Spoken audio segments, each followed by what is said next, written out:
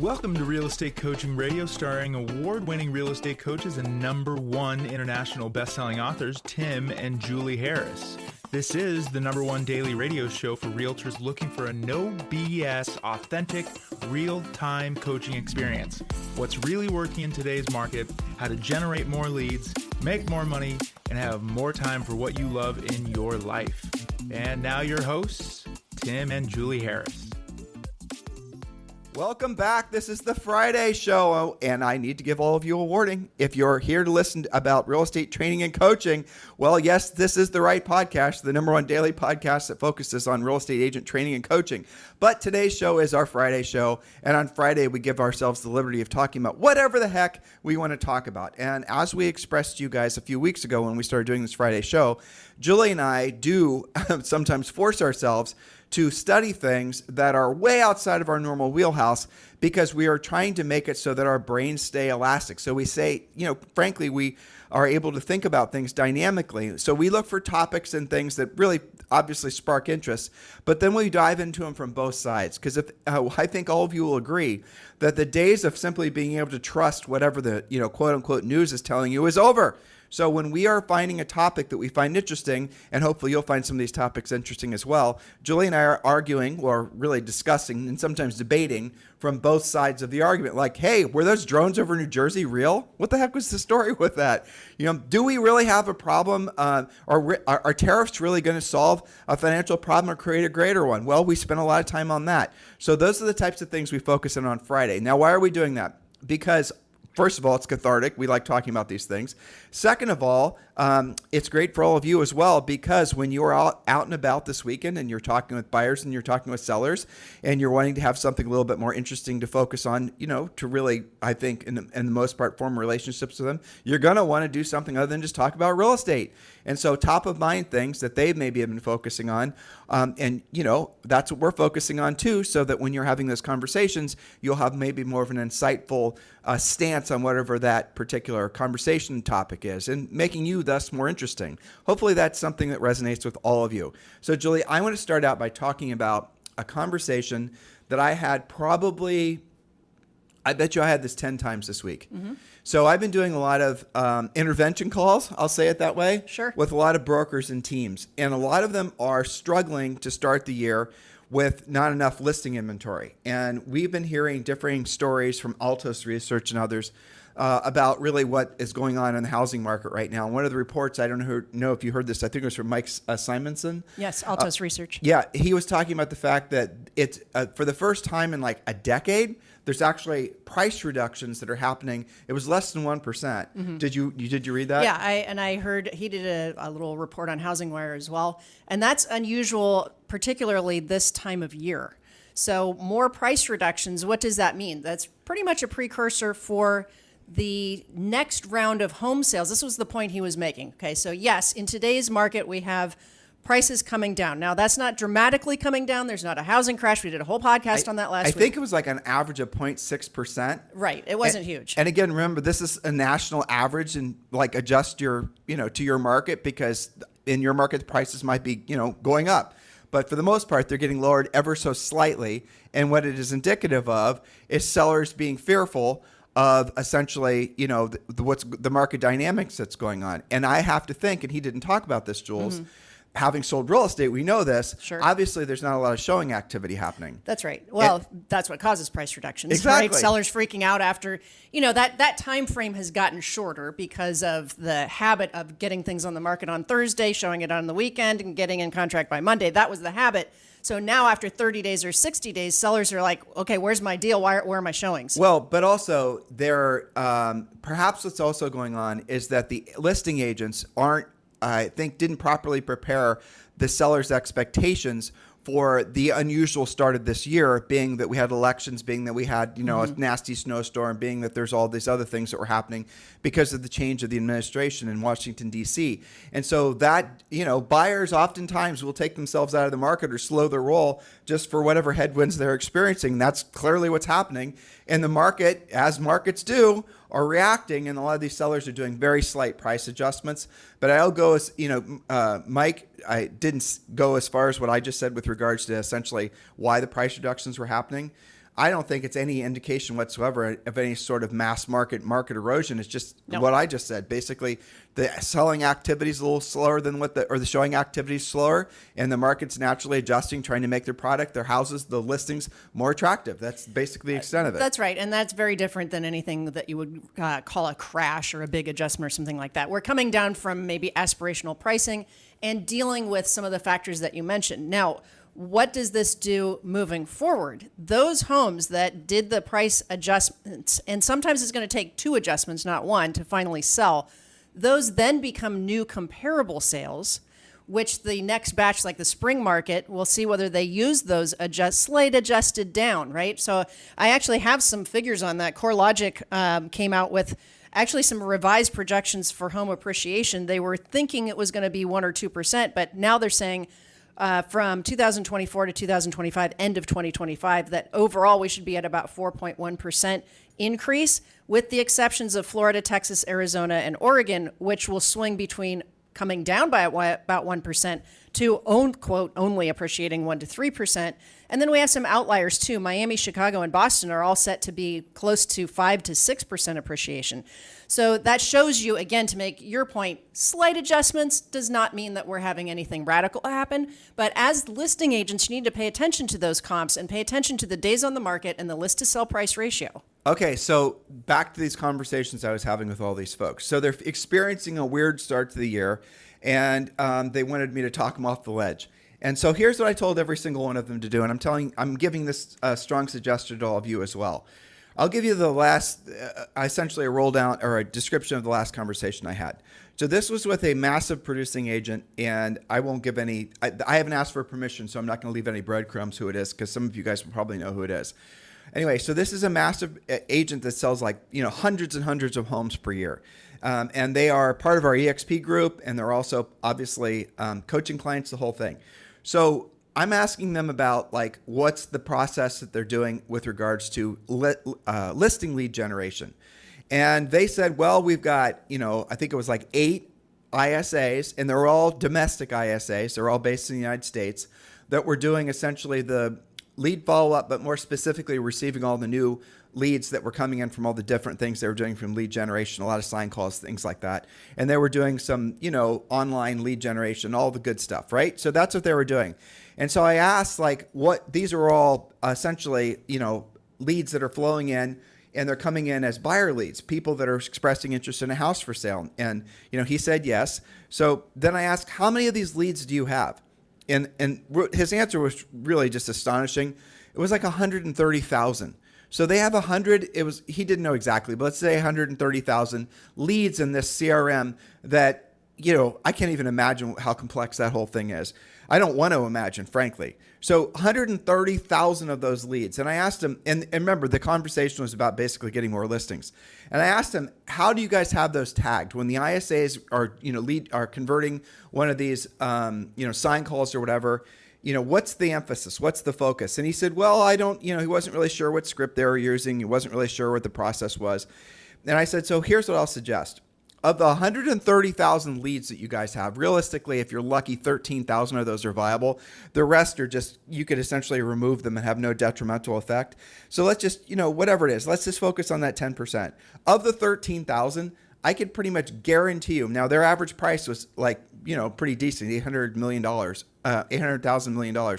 So they're looking at not first-time home buyer prices, which means, and all of you guys know this too, right? Intuitively, which means probably every single one of those buyers, air quoting, were actually sellers as well, right? So I thought to myself, well, that means you have hypothetically, conservatively, 6,000 potential listing leads. And you're telling me that you want to figure out how to generate more listing leads. In your database, you've got, probably some decent information on potentially 6. Now, who are they? And so then he got into a CRM. Remember, the ISAs had been effectively running it. And then, I asked, how are they tagged, buyers or sellers? And almost all of them were tagged buyers. To which then I said, well, I want to see the pre-qual script. I want to know what they're saying. I want to see what you're actually, teaching these ISAs. Okay, well, guess what? He had this, script. And the ISAs, I'm not criticizing what they were doing, because they were just doing what they were told to do. The script was 100% about converting a buyer lead. And there was barely a mention or conversation about whether that potential buyer actually is a seller in the script. It was almost to the very end of the script. And I looked at that script and I asked him, I said, does it make sense to you that your ISAs or your buyer agents or does it make sense that you're holding out on the most important conversation with the new lead as to whether or not they have a house to sell until the very end? In other words, when that prospect is doing everything to get off the phone and not talk to you anymore. I mean, why are you holding out the most important question to the end? There was no answer. And I want you guys to ask yourselves that question. Why are you doing the same thing? I think I know why. It's because you think you have to have some kind of fake relationship with that prospective lead before you can ask them if they're interested, if they have a house to sell. And you think about that. They have a house to sell. They are not going to buy a house from you or anybody else, most likely, until they sell their house. The most important question, and you're almost afraid to ask it because they might, hang up the phone? Now, here's the script, and I'm going to give this to you guys, and you need to write it down. And obviously, this is included in Premier Coaching. I'm not going to get this exactly right because it's not in front of me, but I'll give you the framework of it, okay? Julie, can you role play with me? Sure. All right, you're going to be the buyer. All right. So I'll call you back, okay? Okay. So I'm a lead sitting in your CRM, basically. Let's just say you're a new lead and I'm calling you back. I'm using 800 Home Hotline or something like that. Fair enough. I'll use 800 Home Hotline script, okay? Hopefully I can get this right. All right, so I'm calling Julie back. She just called. She's using 800 Home Hotline. And if you guys don't know what 800homehotline.com is and you have listings, you definitely want to be using this service. It's pretty much the most effective. I have to think it's the most effective, least expensive way to generate lots and lots of leads at 1-800-HOME-HOTLINE.com. It's literally almost free. It's $34 a month, and they don't charge you any referral fees on no Mickey Mouse. It's $34 a month with no contracts, and you can literally generate hundreds of leads from it. It's just astonishing. In any event, all right, I'm going to call you back. So Julie just called on the sign of a new listing, and I just put the sign in the yard, and she's driving past it. But I'll even help myself out for the sake of this role play. She's a neighbor, okay? And so I'm going to call her back. And so she just called the 800 Home Hotline number. She listened to a brief recording on the house. She got the over and under on the house, bedrooms, baths, and all the rest of it. And she got the price range. So that's all in the scripts that you get with 800 Home Hotline.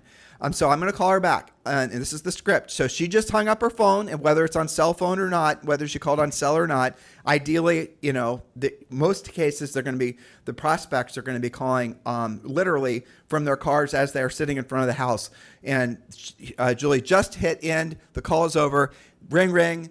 Hello. Hi, this is Tim Harris with eXp Realty. As a courtesy, when people call our 800 number, we like to give them a call back to see if they have any additional questions about the home they called about. Well, I just drove by. Is this a real person? Yeah, it is. Yeah, it is. I like to do a great job of following up with everyone who's interested in one of my listings for sale. So do you have any additional questions for me? Yeah, I was just wondering what the exact price was. Let me look that one up. I think that house is still available. And I'm going to also take a glance for you to see if there's any additional homes that are similar to that are coming up for sale that aren't yet listed. Oh, by the way, which house in the neighborhood are you thinking about selling? Well, I'm not quite sure yet, but I live a couple streets away, like right in the front of that neighborhood. I was just driving through. So that's what happens. Is you basically catch that lead. They aren't prepared for you to ask that question right when you're calling them back, right? They're not ready. They've called plenty of real estate agents. They know the song and the dance. They know they want the price. And as soon as you guys give them what they're after, and I'm not saying hold the information back, but you sort of are, because you want to find out what the nature of that lead is. Because after all, that lead, if they have a house to sell, chances are they're not going to be buying anything. So wouldn't it be good to know? And obviously you can then chase that as a seller, chase that as a listing lead. So again, the idea that you're going to try to fake friend them and lure them or reel them in as a buyer lead, and then hopefully that listing lead, the listing becomes yours. That's an asinine way to approach the business, because the listing their home has to sell prior to them buying, and yet you front load the relationship with all this work helping them find something, put them in your CRM and drip on them. All the while, nothing's going to happen until their house sells. You guys following all this? So let's just say Julie said she didn't have a house to sell, okay? So, Julie, you don't have a house to sell. No, I already sold my old house. Okay, then what happens, and this is all in our Premier Coaching scripts, then you roll into buyer pre-qualification because Julie didn't present as having a listing to sell. Then you roll right into, asking about time frames and making sure they're not working with another real estate agent, how long they've been looking, all these scripts that are included in Premier Coaching. Now, if she has a house to sell, which you'll have just discovered, then I'm going to roll into a different script. And our scripts, I know some of you guys repel on the word script. All they are is conversation outlines. And when you enroll in Premier Coaching, the script actually is a questionnaire that you can actually print out, and you can give this to your assistant. When Julie and I sold real estate, version 1.0 of all these scripts, we're on like version 1000.0 now. All those scripts were sitting on everyone's desk in our office. And we had the buyer scripts were blue and the seller scripts were, I think they were pink, weren't they? Yep. Yeah. And so there are 2 stacks in everyone's desk. And, the script was right in front because everyone called back and did immediate, furiously fast lead follow-up. But that, again, is the real critical element. So anyway, going back to this coaching session I'm having, this really informal coaching session I'm having with this top producing agent, I suggested that, first of all, the ISA script that they're using is really a dumpster fire, and they need to upgrade to our scripts, which he promptly did. And then I suggested what you need to do is get into and have all the ISAs start calling all the leads. Now, he had too many leads, and, so maybe they're going to have to do some sifting and sorting. Maybe they're going to have to go into the CRM, and they're going to have to focus on the ones that are opening the emails, watching the videos, the ones that are actually showing the most activity. Maybe the most recent ones. Exactly, and go backwards. But the number one thing is, from there forward, they have to actually start doing a better job pre-qualifying. So I just told you guys 2 things, and hopefully it's resonating with you. Number one, furiously fast lead follow-up is always going to win the day. Remember, according to NAR, most agents work with most buyers or sellers work with the first agent that they meet. And number 2, just following up with them isn't anything. You have to have a script, a pre-qualification script where you're going to ascertain what their motivation is, and you focus all of your best energies on listings on sellers because you get all your leverage in real estate comes from listings and sellers. Your consistent cash flow comes from being a listing agent. Your endless supply of additional leads comes from being a listing agent. So hopefully this is all working for you. A lot of you guys are going to want to join Premier Coaching. And of course, the link is down below in the show description, or you can just go to premiercoaching.com and you can join Premier Coaching right now for free. So we went through I had the similar call. The one that I just described to you guys was the most recent one. That's the reason it sticks out in my mind. But if you guys are not experiencing the motivation and momentum that you want to have in to the start of the year, it's up to you to change that direction. So you're going to have to double down. You're going to have to triple down. You're going to have to not just put in the same amount of effort that you have traditionally done maybe in the beginning of the year. You might have to overcome really some of the negative momentum that's happening for all the reasons. You're going to have to probably work, not forever, but for maybe the next 2 or 3 months, maybe 5 times or 10 times harder. What does that mean specifically when we tell them to work harder? What is that? I mean, that's such a bullshit thing to say. Sure. But let's give them some specifics. Let's make it practical. Yeah. Okay. So when we talk about working harder, what we're talking about is some very specific dollar productive things. There's work theater. There's a lot of things in real estate that look like work theater. Well, describe it. Okay, so anything that starts with tweaking, working on, getting ready to get started, waiting, that's a big thing, waiting for rates, waiting, for one of your past clients to call you magically because you've been lucky in the past, all of that kind of stuff. And that sometimes looks and feels like work, and there's another level to that, which is work that needs to be done, like dealing with inspections and stuff like that. But what we're talking about, getting control of having more listing leads, which will turn into more listings, which create more business, that's a different type of work. Where the work theater is anything that you guys do other than proactive lead generation that's done under the guise of lead generation that's not proactive. What do I mean? Branding, marketing, videoing, all the rest of it. That's work theater.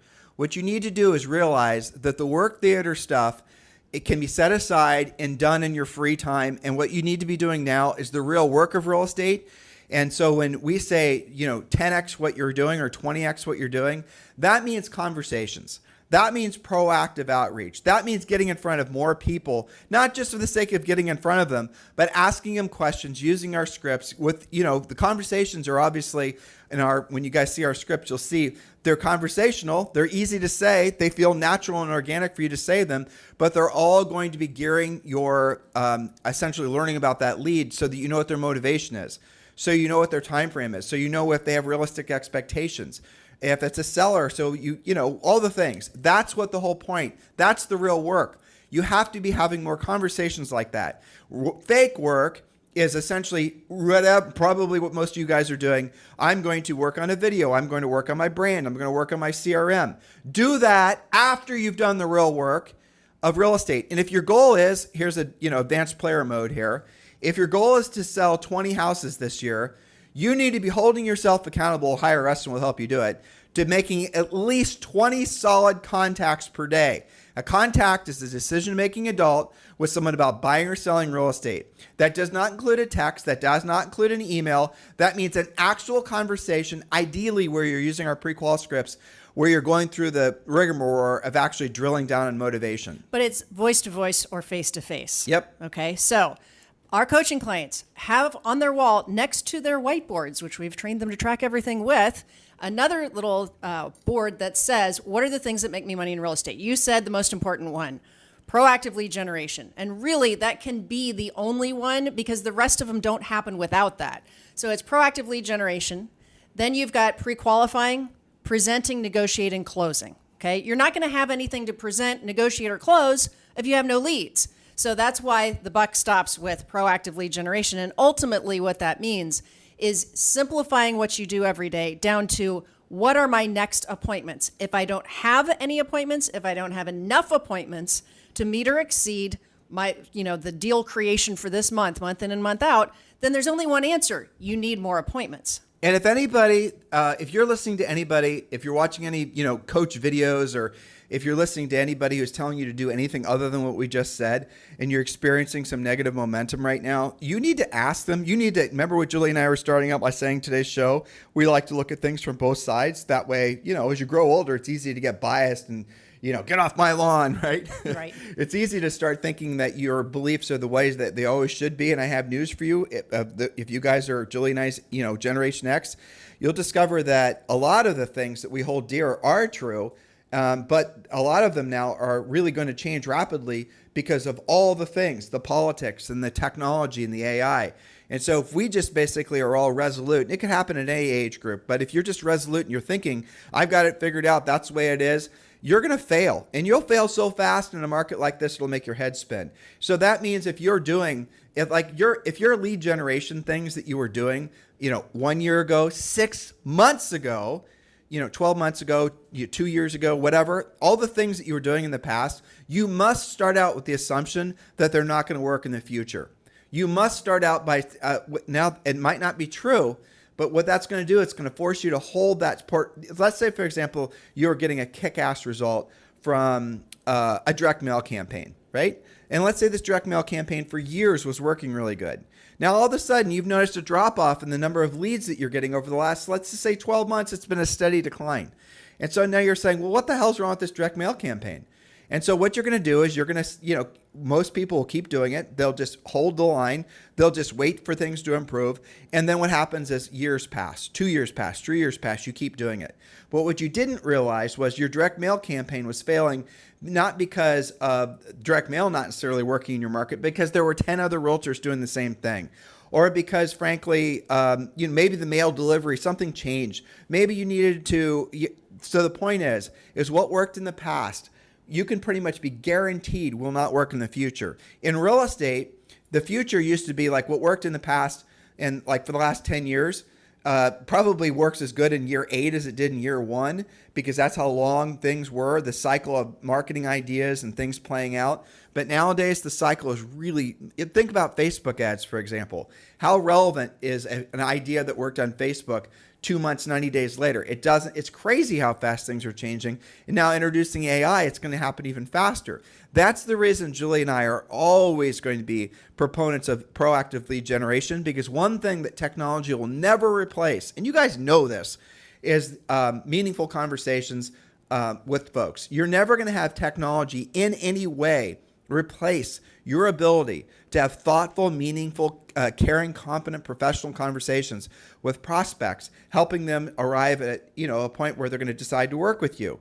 AI won't replace that. Never will it replace it. No amount of marketing and branding is ever going to replace a meaningful one-on-one conversation. Put your emphasis and your focus on that and get really, really good at that, because the other stuff is somewhat ubiquitous. There are going to be so many AI real estate influencers at the end of this year, it's not even funny. There are going to be so many people that are creating great YouTube content. So many people that are running for the mayor of your digital town. It's going to be overwhelming, because every single agent coming into the marketplace is falling prey to the marketing and the branding and the buying the leads and the passive lead generation stuff. Whereas Julie and I, as far as I know, are the only ones that are saying, yes, all that passive stuff has a place, but it's in support of the proactive stuff. So if you want to do the passive stuff, go ahead and do it. It's kind of fun. I mean, I enjoy it. Julie and I enjoy it. But in support of, though. In support of. You still got to do the real work of real estate. All right, so if there's nothing else that you have on this particular topic, let's move on to something ideally not about real estate. Well, I do have a stat that you'll find interesting, and then we'll cap off this particular conversation. It's been floating around, and I want to do some research on this. I bet it's true. The stat that I've read several times is that last year, supposedly Zillow, and I think it might have been Zillow plus Homes.com, sold 100 million leads. Okay, 100 million leads. And how many transactions happened last year? There were just right around 4 million transactions. Even if we count both sides and say there were 800 million commissions, so to speak, 8 million, 8 million. That's still a really terrible ratio. 100 million leads versus 4 to 8 million deals. But you said it right the first time. And that assumes that all those deals came that way, which they didn't. You said it right the first time. So if there are 4 million if there are 4 million sales, Yeah. there are 2 million. Oh, sorry, you're right. Yes, Yeah. you did it backwards. There are 2 million buyer sides. Right. And how many of those buyer leads came from Zillow? And you're saying, and obviously a very small percent of them actually have closed transactions. We could probably research it and find out how many actual transactions Zillow participated in by receiving. I'm going to try and find out.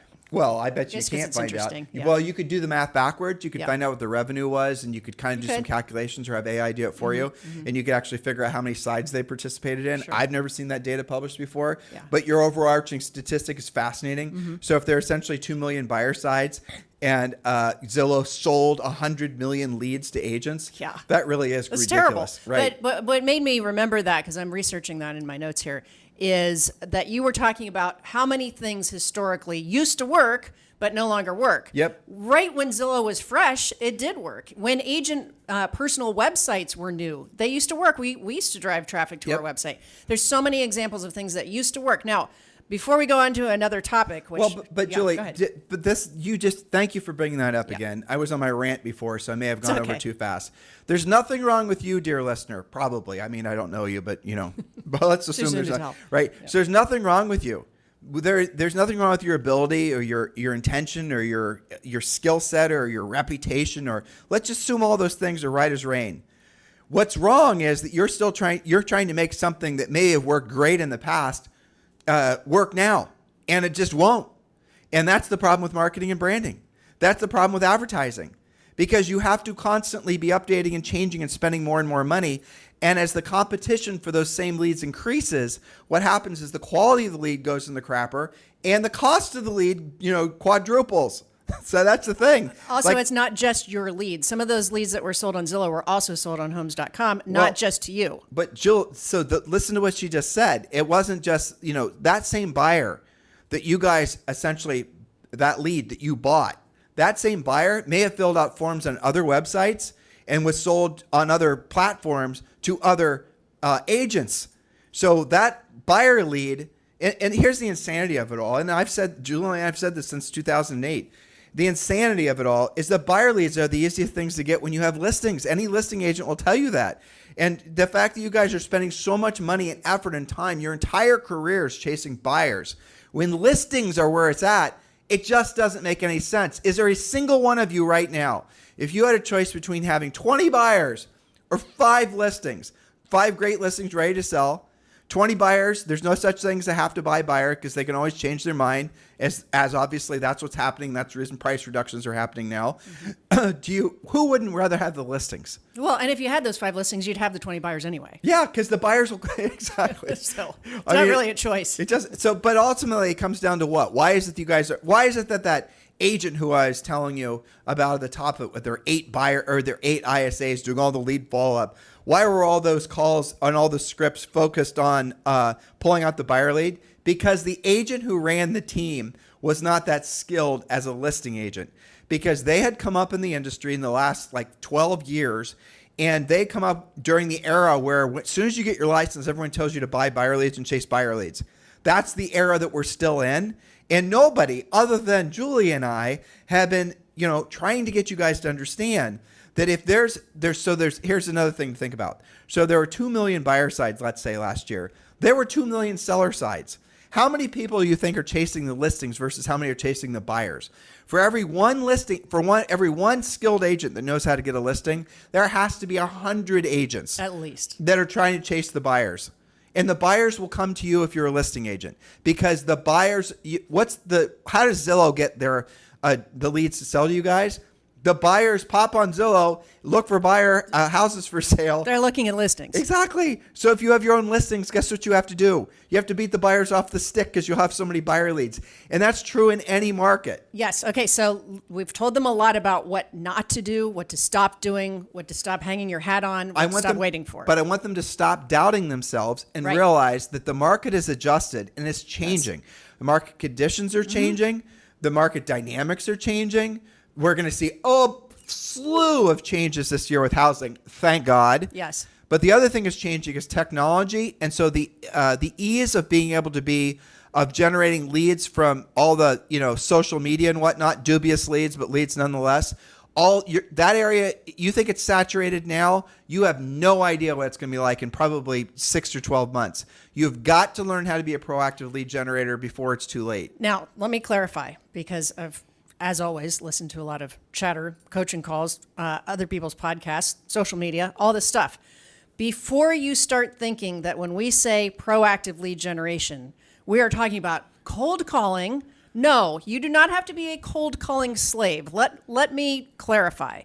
Cold calling, look at the words, cold calling to us is circle prospecting, not around your own listings or sales. Well, so you're now making them a list. So we're going without a script here. So I wanted to make sure that they knew what to do. Go from the least effective to the most effective forms of proactive lead generation. So the most effective, and I'll get you started, is going to be furiously fast lead follow-up. Yes, dealing with what's already in your pipeline. Dealing with somebody who already called and expressed interest in something that you have for sale, that's always going to be the number one source of a ready-to-go transaction, provided you're actually taking a scripted approach to pull out what their actual motivation is. Most likely to set an appointment with you. Okay, number 2, after that, it's going to have to either be an expired or a for sale by owner. I would agree with that. And after that, it's going to be there's a whole slew of after that. I would say probate. I would say Me too. Sometimes new construction reps. And I have to say there is a variety as part of my point to this. It's not just one thing. But as far as now think about this logically. Then you're going to get into your centers of influence and past client calls. And then if you've already pulled all the apples off the tree of, there's literally probably 10 great sources of, as you go higher in the numbers here, the quality or the intensity of that motivation for that prospective lead starts to degrade. Then you get to the circle prospecting and all the rest of it. But if you do the rest of it right, you never get to that. Exactly. You'll never call them. So again, I'll tell you, since you brought it up, thank you. I had another call with another small team, and it was in Washington State. They are a part of our EXP family, but not a coaching client. Okay? Gotcha. Okay. Coaching client now, part of the EXP group. All right. So having this conversation, and the gist of it is they were saying, well, we're doing prospecting. And there were like 7 agents. Well, we're doing prospect every day. And of course, that's, honey to a bear, I'm like, oh, you're doing prospecting. That's fantastic. Really? Yeah. Every time I hear an agent say they're doing prospecting, I have immediate respect for them because, Me too. Yeah. because they're doing what they're doing. They're doing what they don't want to do, and they don't want to do it at the highest level. Mm-hmm. And they're going against what everyone tells them. They're actually, doing the real work of real estate. You know what's funny is they're always proud to tell you that they'll start the call by saying, I just want you to know I'm not buying leads. Exactly. I know. Yeah. Okay. So if you want to fast track your way to Julie and I's heart, that's how you do it. All right. So then I said, well, who are you calling? And then circle prospecting, to which then I asked them, well, why? Why are you doing public service announcements in neighborhoods letting people know about houses for sale? Well, that's just, the answer is it's the easy call because there's no rejection. That's the answer. So any other answer other than that, you're not being honest with yourself. No, that's you're doing those circle prospecting lead calls because there's no sales skills required and because everyone will just love to hear about the new house that just sold, right? That's it. It's an easy call. So then I said, well, why aren't you calling the expireds? This actually happened. Oh, there are no expireds in our marketplace. Oh boy, let's go. Can of worms opened. Can of worms open. To which then, in front of his team, I had him go and research in the MLS how many actual expireds there were in his particular market in the last 12 months. Obviously, I'm stacking the deck in my favor, and there were like 18,000, right? And I said, well, how many of those 18,000 relisted within 90 days? He didn't know how to use his MLS, but statistically, the answer is 90% within the first 180 days relist and sell. So then I said, obviously, and listeners, you're following along with me, if you actually want to generate listings, actually want to help people and make money, why the hell wouldn't you be calling the people who have their hands in the air right now saying, yes, I want to sell my house? Why wouldn't you be calling those people opposed to doing circle, prospecting? Why? Explain it to me. And of course, which he didn't. And then they realized the real reason was they have a skills deficit. And that's what Premier Coaching and our coaching program is all about. But doesn't it make sense to all of you guys as you guys listen to me banter or rant, whatever the hell I'm doing?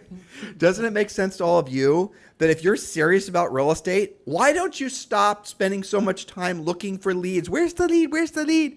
Why don't you instead go to where there's piles of leads right now who are saying, please call me. I have a problem to solve. It's called sell my damn house. Yeah, you know what's great about that call, though? I love calls like that because that person, and maybe some of their team members as well, is not afraid of being on the phone. They've gotten through that piece of it, right? Yep. And they have some level of discipline. I assume that they don't do it just randomly. They're doing it as part of their schedule based on what you're telling me about the call. They've done two breakthroughs. One is they're not afraid to be on the call. Secondly, they're not afraid to do it consistently. So somebody like that is extremely coachable and usually fairly easy to take to the next level, assuming that they now start talking to the most likely to actually list versus random people basically out of the phone book, right? One more story, okay? Sure. And I have a couple as well. Okay, but well, it's okay. I mean, it's hopefully we're really breaking through to some of these guys. You guys, if you're not experiencing the momentum, if you're not optimistic, if you're not realizing this is going to be your best year ever in real estate, it's your fault. You got to do what you don't want to do when you don't want to do at the highest level. Got to own it. And you got to own it. You got to realize that some of the, maybe passive things that worked in the past, that sort of maybe worked in the past, and they're not working now. You just need to accept the fact that they probably will never work, probably are going to work in lesser degrees, and you're going to need to take a different approach to real estate. Don't wait around and analyze it and give it another month to see if what I just said is right or wrong. Assume what I just said was right. Take actions to become a proactive lead generator. And let's say it turns out those passive things do start churning out leads for you again. Well, awesome, because now you're a proactive lead generator and you're a passive lead generator.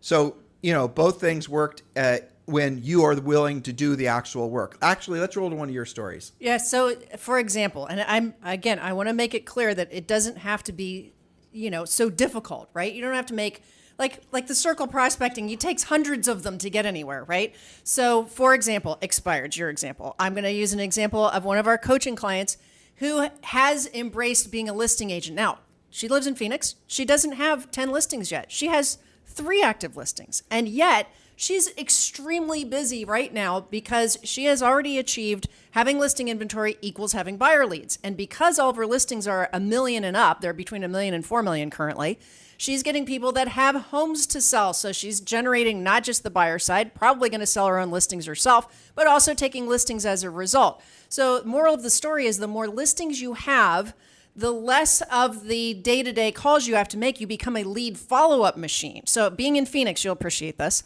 One of her listings went live during the Barrett-Jackson auction.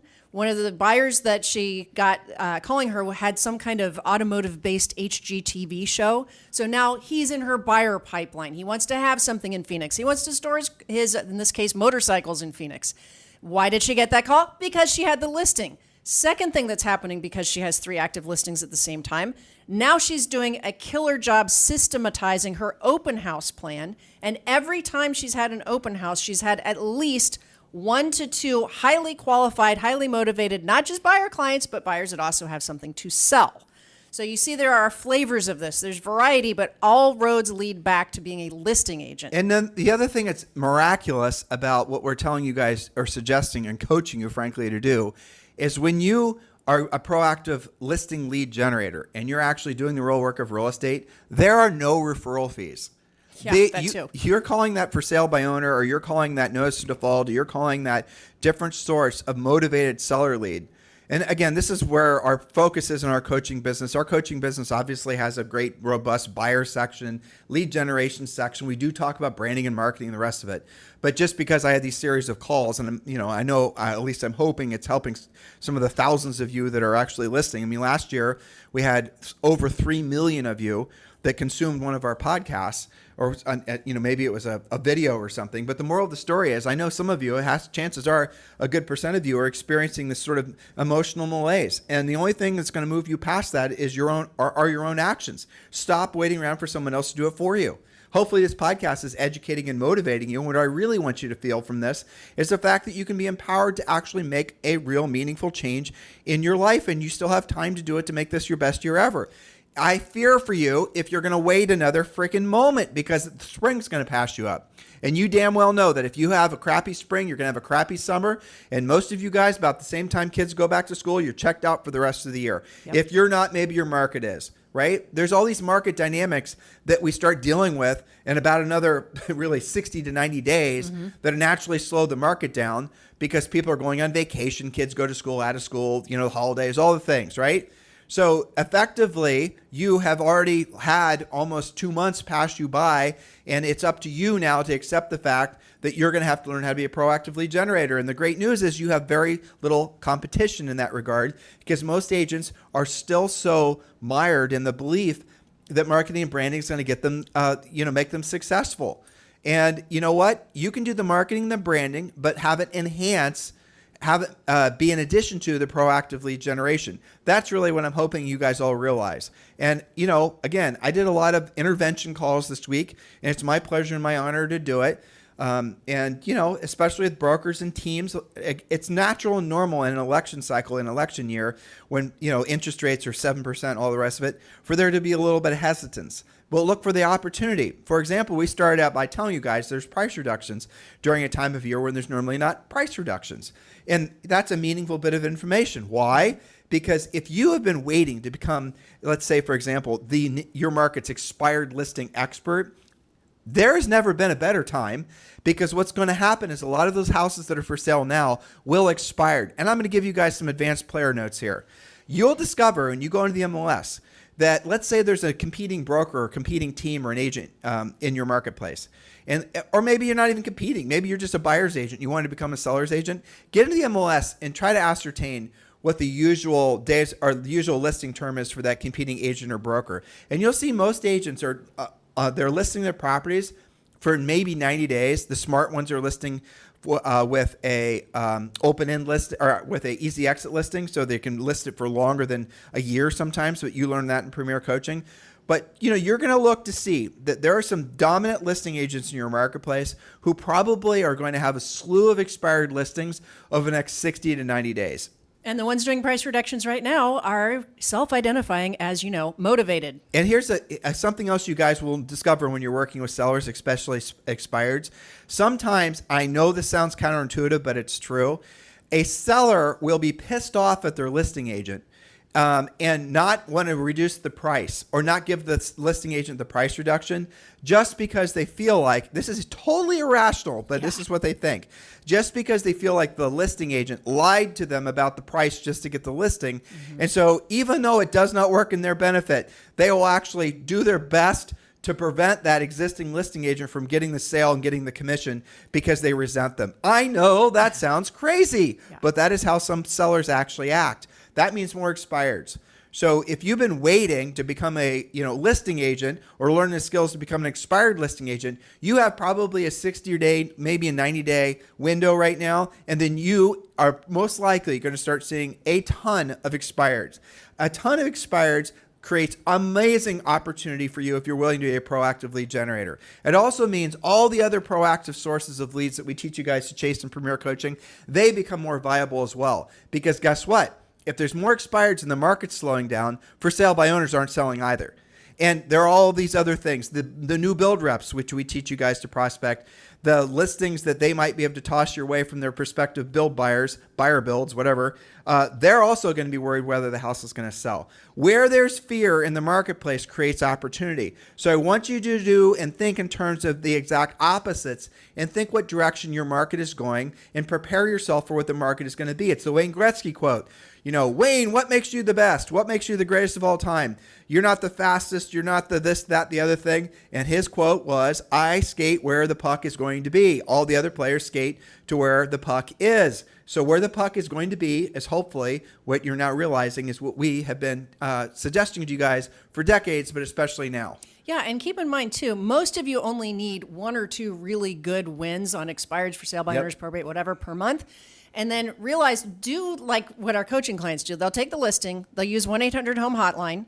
They'll do a really great systematized open house. They'll convert leads from that. That'll become their next listing and their next buyer side. They lather, rinse, repeat. How many of those do you need to create for you to meet or exceed your goals? That's exactly the system we teach you in Premier Coaching. Exactly. To make your life easier, not harder. Some of you are so frustrated right now because you look at, like the call you were describing. Oh, I've got 1,000 leads. No, you don't. You have 1,000 people as a contact, right? There's no way that is more efficient than doing the real work of real estate that we teach you. Your goal, and here it is. We wanted to talk about all this crazy stuff, but these intense conversations are top of mind for me, and I know they are for you too. But That's what we do. Your goal here. I'll tell you guys something else that will surprise you. Your goal is not to have a 1,000 leads, let alone 100,000 leads. Your goal is to have the fewest number of leads. Obviously 0 is not the goal, but your goal is to have maybe, like our top producing agents, we only want them to have maybe 10 or 12, maybe 15 really great leads. Why? Because those are the actual ones that are going to become real transactions.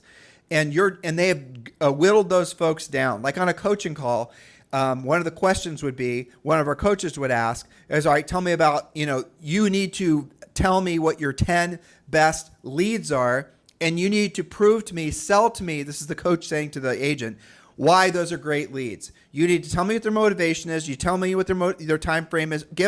You need to prove to me, sell to me why that is somebody that you are counting as a lead. And then what you'll discover quickly, I've got 30 leads. All right, then tell me about the 10 best ones. And then they'll tell you about the 10 best ones, and 2 of them are actually great leads. The rest are not real leads. They're just contacts.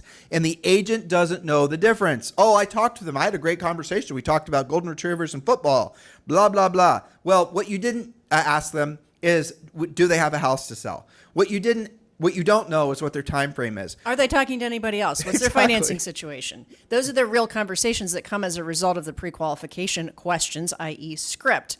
And you're right. A lot of times they'll present with, and it's always on the buyer side, right? I've got 9 gajillion buyer leads. All right, tell me about them.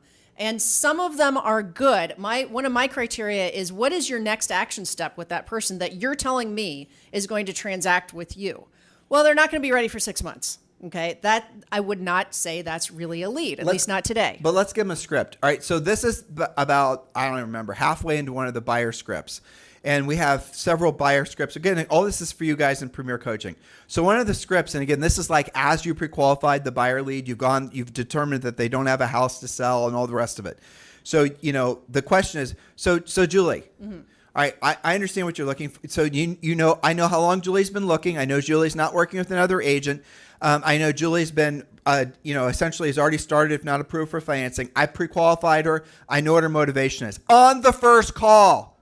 Yes. Not 20 months after you've shown them a billion houses, okay? Well, so stop. Nope, not call on the first call. Right. Now, Yeah. then the question I'm going to ask you. All right, so Julie, just so I understand, you're looking for a two-story colonial with 4 bedrooms on a quarter-acre lot, and you're looking in the Oakhurst subdivision. You're okay with a little bit of work. Car's got to have a 2-car garage. You want room in the backyard for a shed. You raise many horses, and you have a pet orangutan, okay? Yep. Oh, that's true. Yep. Okay.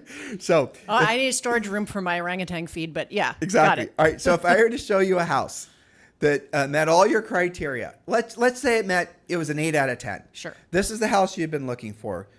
Maybe you had to do this, you had to do the other thing, but for the most part, all the boxes are checked. On a scale of 1 to 10, Julie, with 10 being, heck yes, show me the house, I'll buy it today, I'm ready to go. And 1 obviously being, where would you rate your motivation to buy that house? I'm probably like a 7, I think. A 7, congratulations, that's fantastic. So let me know, what would it take to get you to a 10? Well, I mean, ideally, it can't be more than like 15 miles away from my work. And I really need to find out from my lender what that payment's going to end up at and my right price. Or it turns out that I have a beer can collection that I inherited from my Aunt Matilda. I have to actually save my down payment up. Exactly. You're going to discover things. So if you don't ask these types of questions, and I know some of you guys don't want to ask questions like that. This is out of context. I just pulled one of the rando questions from a buyer pre-qual script. But if you have that question answered, you're going to then get out of them what the other lingering things are. Remember, this is happening on the first contact. Not after you already wasted all your nights and your weekends and blown apart your family because of the fact that you're so busy trying to show houses constantly. You want to know what what their motivation is. What's it going to take to be a 10? Right. And if they are a 10, because this is the other this is the flip side to that coin. Well, let me finish the script. Go ahead. All right, so they're going to say 10, absolutely. I'd absolutely buy the house. Yep. Okay, then you go to a couple different directions, but we teach you to say, well, fantastic. So have you seen any houses that met all your criteria since you've been looking? Have you seen anything you've discovered, maybe open houses or whatever that you've seen? And here's what you will cry the first time this happens. I'd love to be on your shoulder and hear you have this conversation, because here's what they're going to say. Matter of fact, Tim, I went through an open house just yesterday, and you know what? This is a rock star house. I really liked everything about it. And then you're going to say, well, did you make an offer on that property? Well, no, I didn't. Well, if the property's still available, would you like to make an offer on the property?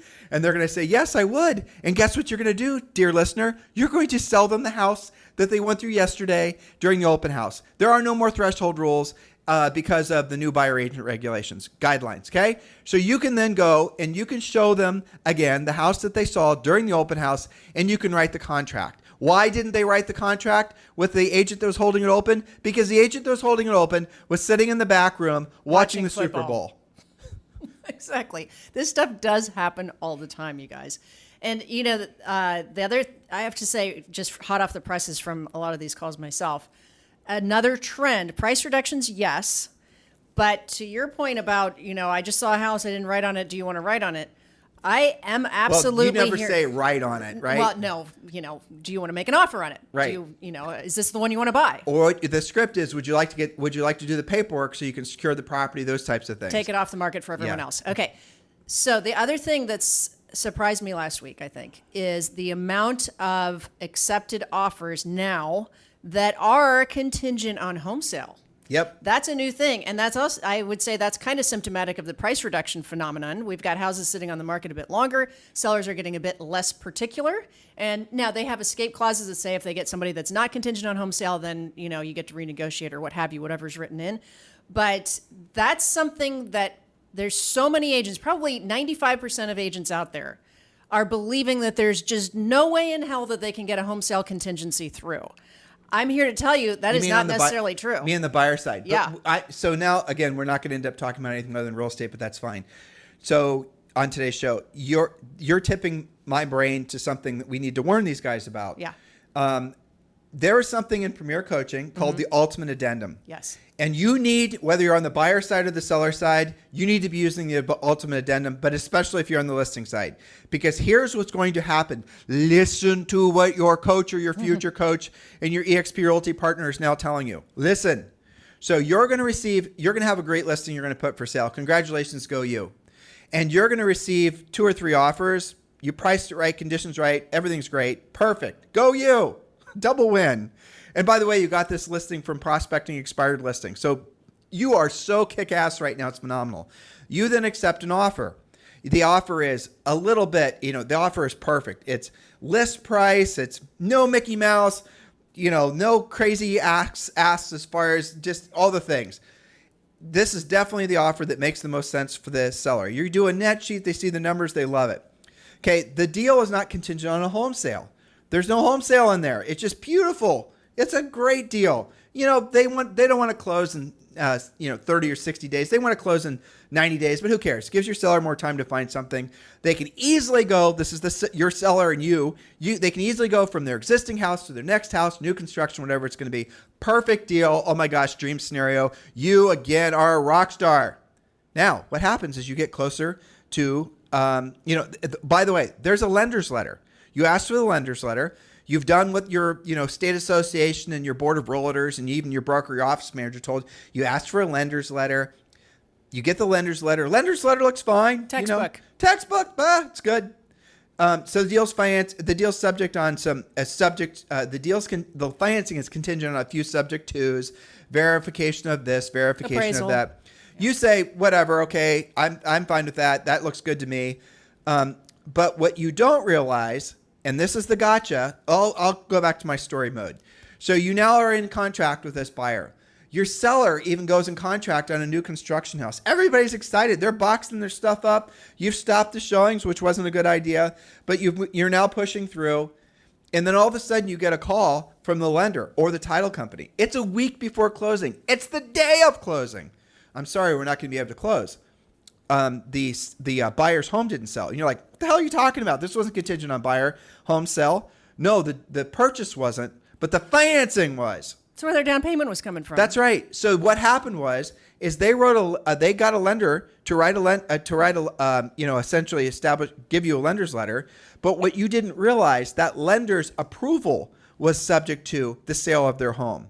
You guys get it? So you didn't do enough drill down on the lender's letter to determine that the lender and that buyer's agent were pulling a fast one on you. You accepted that buyer's in contract, and they had a home sale, but it was not. The financing was subject to the home sale. It was contingent on financing, and embedded in that fact was that their down payment was coming from a home that hadn't sold yet. Right, but because you were following the contracts all look like they're great, lender's letter was looking great, you didn't take the time, because no one until this very moment has told you most lender's letters are a complete dumpster fire. You didn't take the time to drill down and find out, subject to what the hell the subject twos were on the lender's letter. So what we teach you to do, and some of you guys, I know I'm fire hosing you, I'm going above your head, catch up. Learn, because you're going to have to learn the hard way if you're not paying attention right now. I'm not going to slow down, because the reality of it is you need to know this. Otherwise, you're going to be hurting your buyers and your sellers, and you're going to be hurting yourself. There is an ultimate addendum in our Premier Coaching, which you should be, as a listing agent. Let's say, for example, you're now the listing agent again. You get that same offer. All the things look good. You then say, we accept your terms and conditions. Subject to, or rather contingent on, or whatever your counteroffer is going to say, back to that great buyer, you have to meet the criteria of the ultimate addendum. And what the ultimate addendum is that buyer going back to that that buyer agent going back to that buyer's lender and making that buyer's lender remove all the bullshit subject tos. Because you want a lender's letter that is only conditional on the appraisal of the home, not all the other things that the lenders sneak in. Because what the lenders are going to sneak in is not only secret contingencies of home sales, but all kinds of other things. They haven't verified the person's employment. If you're in Washington, D.C. right now, and this is a thing for sure. For sure. Yeah. And you're working for the government, you might not have a job in 8 months. And if you accept an offer from somebody that's in D.C., and you could be very well, the lender might decide not to give a loan to that particular classification of person because they're not sure that person's going to have a job in 9 months, or they might get fired. So the lenders are putting overlays, all this stuff. And if you guys are just blanketly accepting these BS lenders letters, you are going to screw yourself. So you need to be using our ultimate addendum. Use it on if you're a listing agent to protect the integrity of your contracts. Trust no lender letter until you've used the ultimate addendum. It's the absolute positive, solid, essentially system to make sure the lender's letters you're getting are actually what you think they are. And if you're on the buyer side, you want to be giving that ultimate addendum to the buyer's lender to make sure the lender is actually doing their job. Because unfortunately, Larry, the lazy lender, his coach is teaching him not to do shit on the loan until the buyer actually has something in contract. That's how loan officers work for the most part. Even after inspections. Right. Not all of them work this way, but most of them will work this way.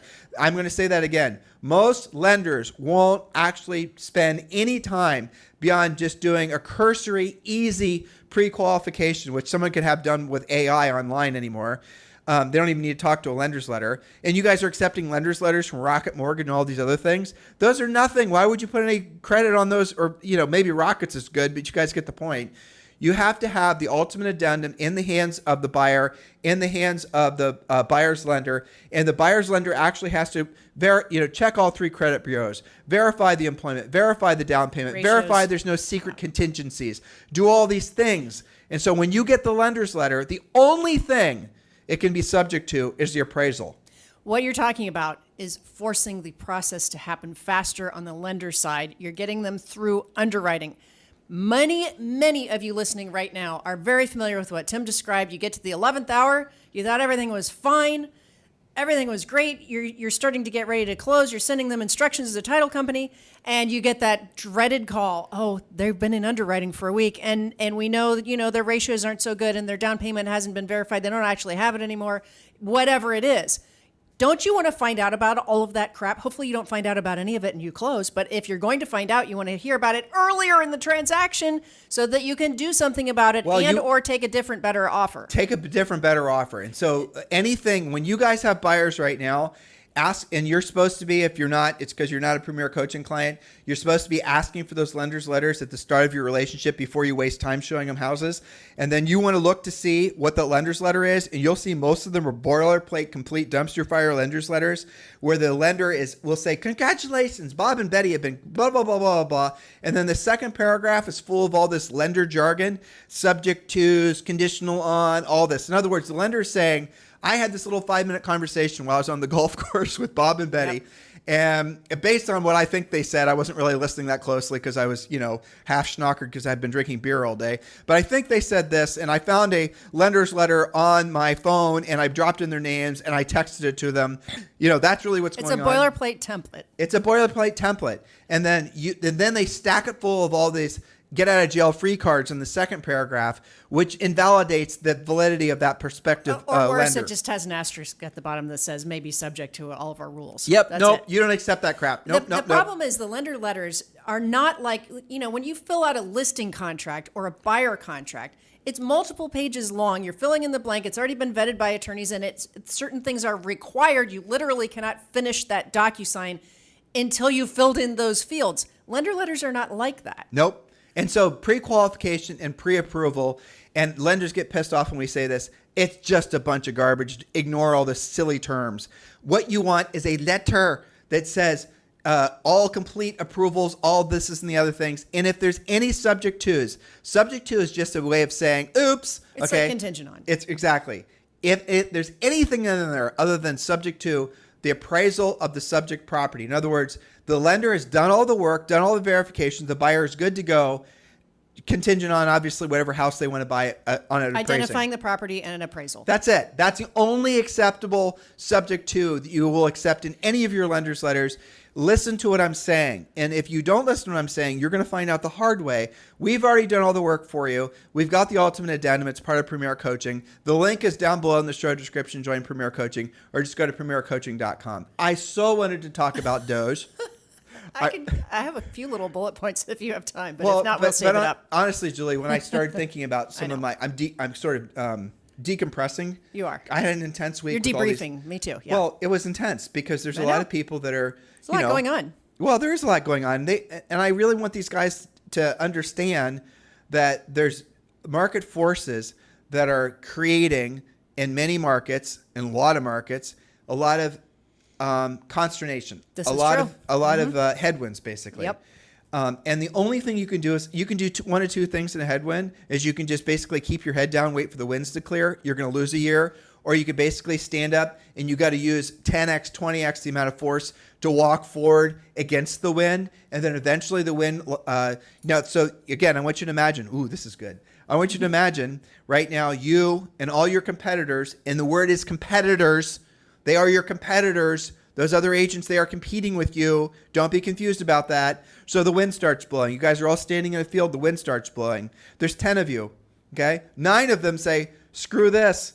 Like those winds in California. What are those Santa called? Anas. Santa winds. You know those things are like 100, the ones that basically 100 miles per hour. Yeah, That led crazy. to some of these fires. 100 miles per hour. Yep. You can't stand up at 100 miles per hour. No. Okay. So that type of wind. So what everyone else does is they just hunker down. And they just wait for the winds to die down so it's easier for them to pop back up and stop on their journey. Not you. You're the crazy SOB. You're going to stand up and you're going to, now they're all back there. They're all hunkered down.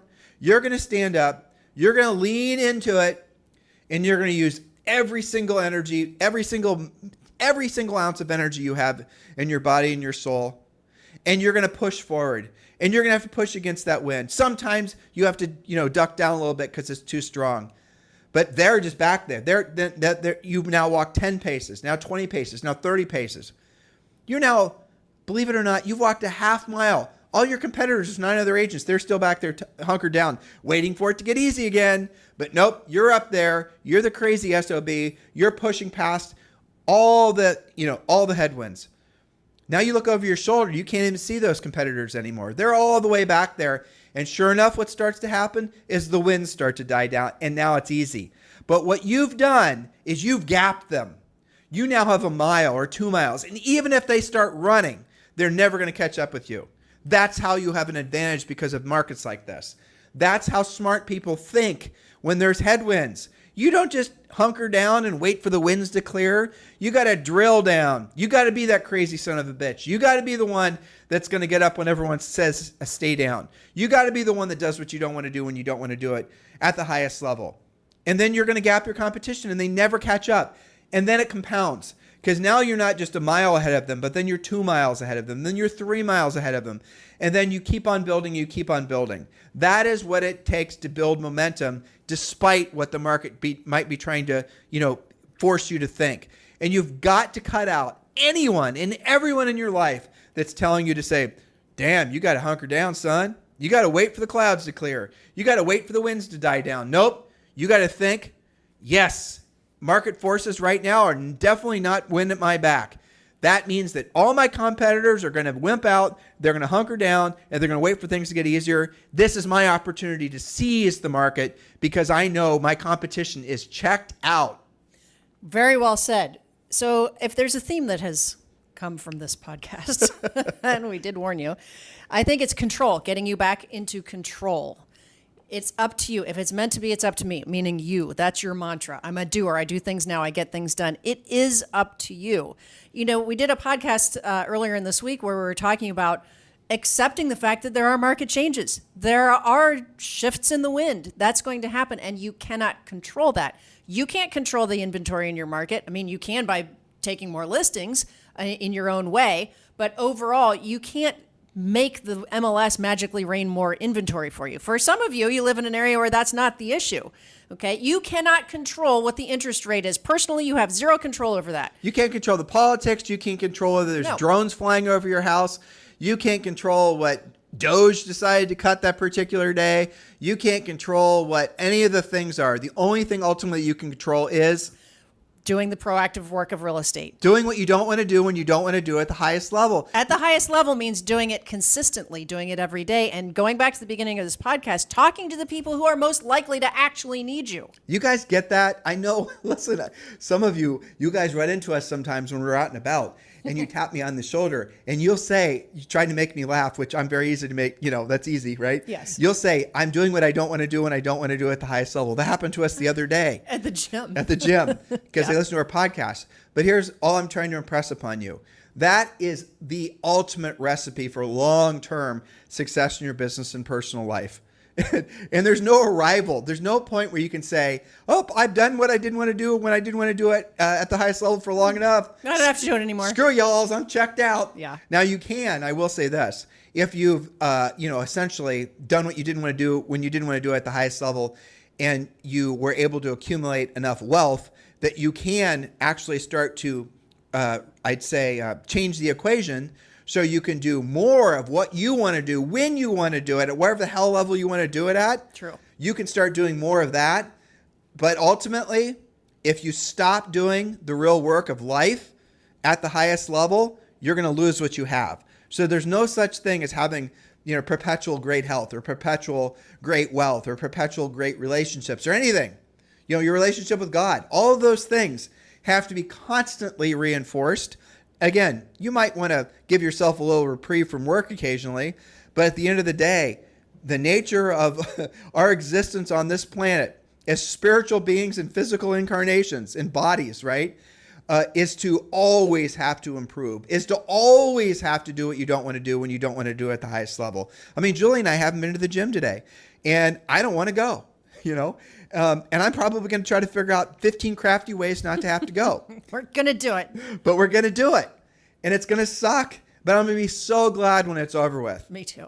And how much of what you guys are doing right now is the antithesis of what you intuitively know is that, if you want ever increasing levels of success in your business and personal life, you have to do what you don't want to do when you don't want to do it at the highest level. How many of you are doing the exact opposite? I'm not going to do something unless I feel like it. Yep. I don't feel motivated. I don't feel like it. It doesn't, not my passion. I'm definitely not calling expireds. I'm definitely not doing that. It's not my whatever, right? You're waiting for some kind of emotion to elicit some kind of energy inside of you that somehow motivates you to do what you don't want to do when you don't want to do it at the highest level. Maybe, hopefully, Julie and I are motivating you today, and that will help you along your way.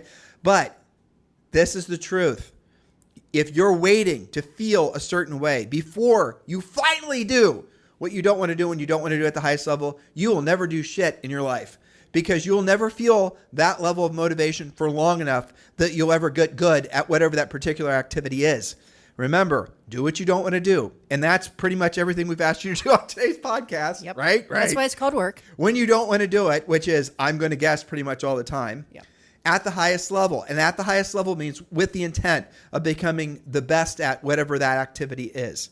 That's the main thing. And if you're having any headwinds, and if you're like, look for all the practical answers, the obvious answers to why you're essentially experiencing headwinds right now. And I got news for you. It's not because you need to add something to your dream board. It's not because you need more motivation.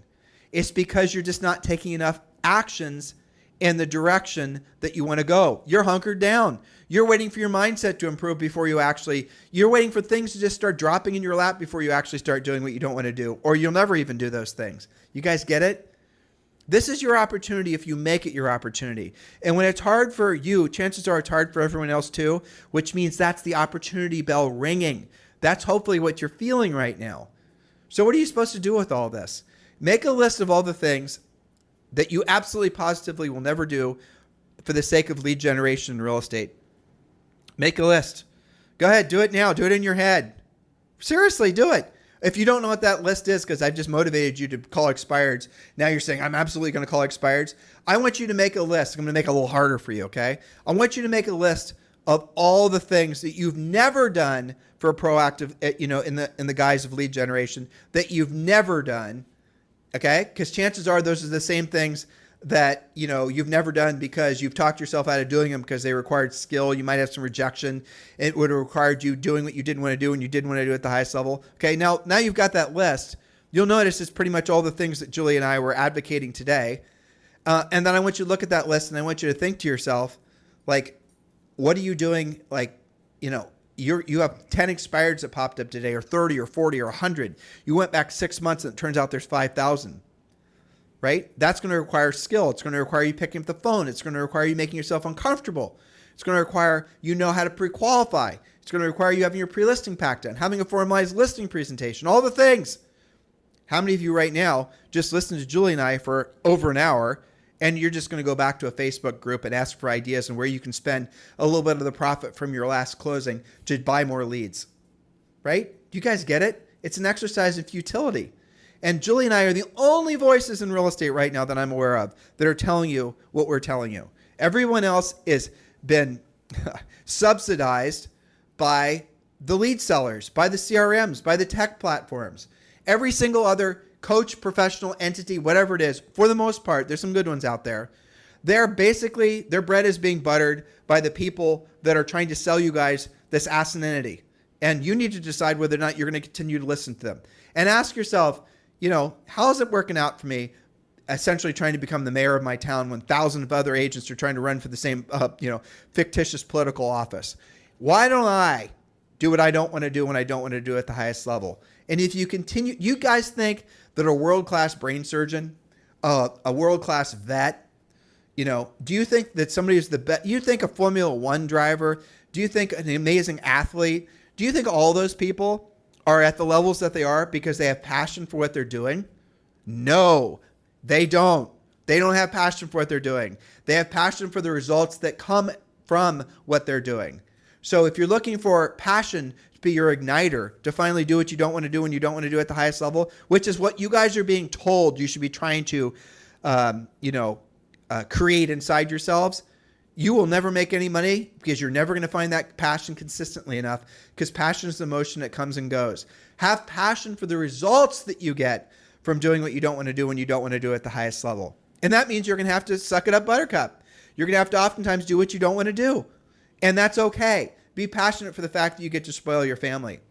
Be passionate for the fact that you get to, donate money. Be passionate for the fact that you actually have a road to one day being able to retire and just live off the dividends or your, cash flow from your rental property or your EXP revenue share or whatever it is. Be passionate for what comes as a result of long periods, years, decades of doing what you don't want to do when you don't want to do at the highest level. That's the truth. What I just told you guys is the truth. It's not my truth or Julie's truth. It is the truth.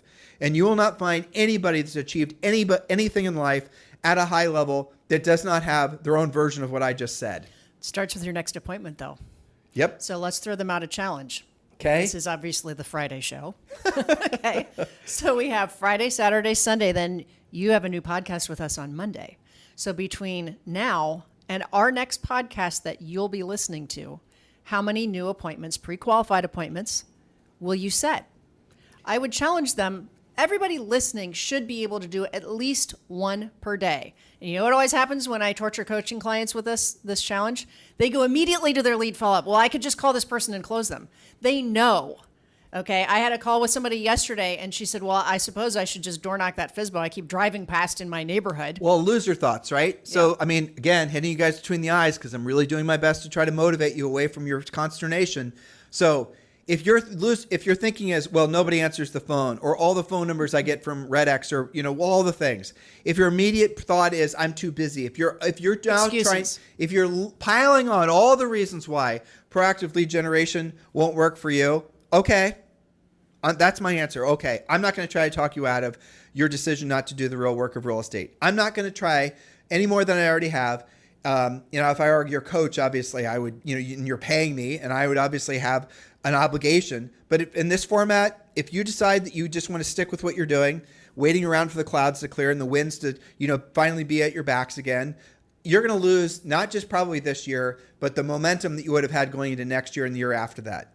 You're going to possibly fail out of real estate, even if you're at the top of the hill now, even if you're a top producing agent and you're king agent in your marketplace. You have no guarantee that you're going to be in that same position tomorrow, let alone next year, especially now because things are changing so fast. More than ever, listen to the message that we're passing along to you, because as Julie said, if it's meant to be, it is up to me, or you, right? If it's meant to be, it's up to you. That's the truth. Make something of this market because it's hard. Make something of this market because other people are hunkered down. Make something of this market because other people are confused. Make something of this market because there's price reductions and the other agents haven't priced their listings correctly, probably won't get them repriced correctly, and that'll lead to more expireds. You guys get it? There's opportunity all around you. There are going to be probably 4.5 million sales this year. That's 9 million commission checks because there's two sides to each transaction, and that does not include new construction. Add all that together. That's another million. Yeah, a million. So you're looking at, 10 million, 9 million transactions. Average sale price in the United States is $400,000. Let's say the average commission is $10,000. Can you guys do the math in your head? 9 million times $10,000. How much money do you need to make this year to have your best year ever, right? You see how much opportunity there is all around you? You see how many buyers and seller leads there are all around you? Stop waiting. Go after it. Be proactive. That is hopefully the motivational. We try to educate, we try to motivate you. And as Julie said, now it's your time to get into action.